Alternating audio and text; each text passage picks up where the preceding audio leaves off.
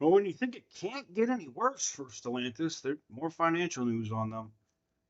As Stellantis U.S. auto sales extend free fall in the third quarter, already a 19.8% decline from the third quarter of 2023. So basically, a 20% loss in sales across the board. Whew. For the longest time. Whoa, for the longest. Yo, Percocet, Miley Percocet, Percocet, Miley Percocet, Percocet, got it.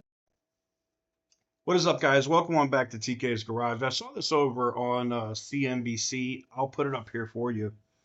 But key points here is Stellantis reported U.S. sales Wednesday of 305,294 from July through September. That is a 19.8% decline from the third quarter of 2023. The company was expected to be the worst sales performer of major automakers during the third quarter. Damn. Stellantis' disappointing sales are the latest problem this week for the carmaker, which cut its 2024 profit margin forecast by half. U.S. new vehicle sales continued a years-long free fall during the third quarter despite CEO Carlos Tavares' attempts to correct what he has called arrogant mistakes. No, we're not going to call those arrogant mistakes. We're going to call those retarded mistakes. Because anybody in North America in the automotive industry would have told you that the stuff that you were doing, there was alarm bells. Every single car person that's on YouTube told you, what are you doing? Sales gone. Just gone. The transatlantic car maker reported U.S. sales Wednesday of 305,294 from July through September. That is a 19.8% decline from the third quarter of 2023 and an 11.5% decrease from the prior 3 months of this year.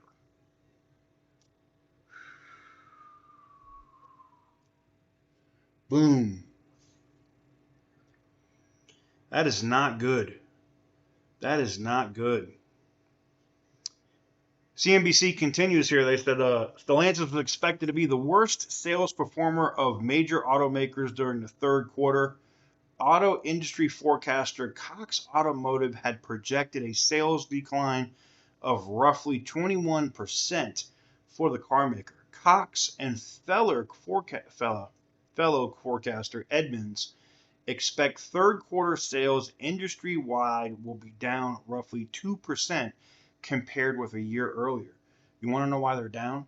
Stellantis is literally dragging the entire auto industry down.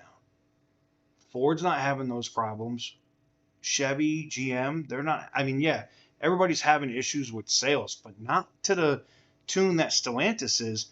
And that's because Carlos pushed this dumb ass agenda. And it didn't work. It's not working. It's not going to work. Still, Stellantis said its initiatives to boost sales and correct past mistakes are starting to pay off. You mean giving away Dodge Hornets for $299 on a lease to people with 580 credit scores? Sure, that's awesome. Yeah, you're giving people leases that could never get a lease ever in the history of automotive. Sure, that's working out. The automaker cited a market share increase during the third quarter from 7.2 to 8%. So a point, not even a full percent increase, and you're excited about that. You're turning it around with not even a one. That's arrogant. You think it's turning around because of less than a 1% margin? You got to be next level stupid. Next level stupid. We continue to take the necessary actions to drive sales and prepare our dealer network consumers for the arrival of 2025 models. Matt Thompson, Stellantis head of U.S. retail sales, said in a release. All of Stellantis' brands, except for its niche Fiat unit, experienced sales declines in the third quarter, led by more than 40% reductions for Chrysler Dodge. Its Ram truck brand recorded a 19% fall. Let me guess.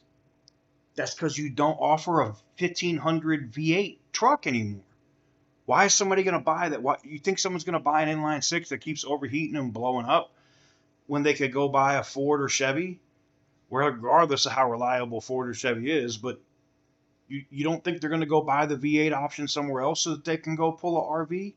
These are the arrogant, dumb, retarded mistakes that Carlos Tavares made. Not to mention the fact that the graph looks so bad for Stellantis. And I'll put that here so you can see it. But to see the massive drop in 6 months, just looking at the graph, a company that's lost over 50% of its value because of the dumbass decisions of the CEO. Anybody else would have been fired already. So that means that the board, that means Exor and Peugeot, those families behind Exor and Peugeot are complicit. And it's funny to me that all the brands are seeing sale losses, but not Fiat. Fiat evidently is doing fine. You see, they mentioned that in there. Fiat's meeting their expectations on sales. That's partially probably because the Italian government is up Exor and Stellantis' ass.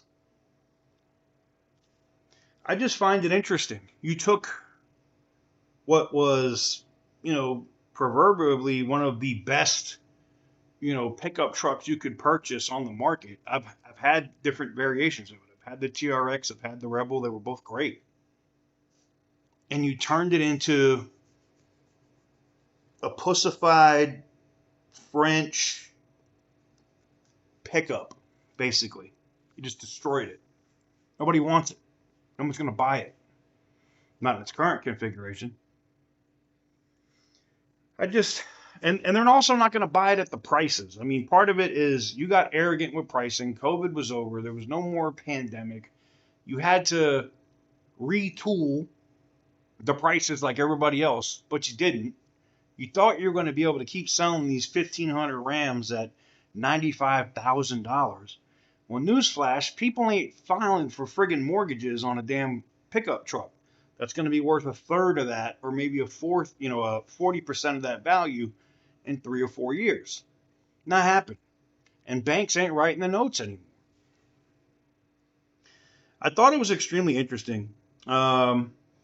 They close out here with Tavares has been on a profit-driven, cost-cutting mission since the company was formed through a merger between Fiat Chrysler and France's PSA Group in 2021. He has prioritized profits and vehicle pricing over market share, leading to heavy criticism from the United Auto Workers Union and Stellantis U.S. franchise dealers. Yeah, because you'd rather sell a $95,000 Ram than sell 3 of them at $55,000 or $60,000. Stupid. Absolutely dumb. Anyways, that's my take, and evidently I'm not wrong because Wall Street feels the same way, and that's why your stock is ass. And that's why you'll be on your feet, or you'll be on your back or your ass with a golden parachute here shortly. Because there's only so much time that French family and that Italian family is going to let you F off their money. And that ain't got nothing to do with the stock market. That's just old school. Let me know what you guys think in the comment section down below. Give the video a big thumbs up if you like what I do. Hit the subscribe button if you haven't already.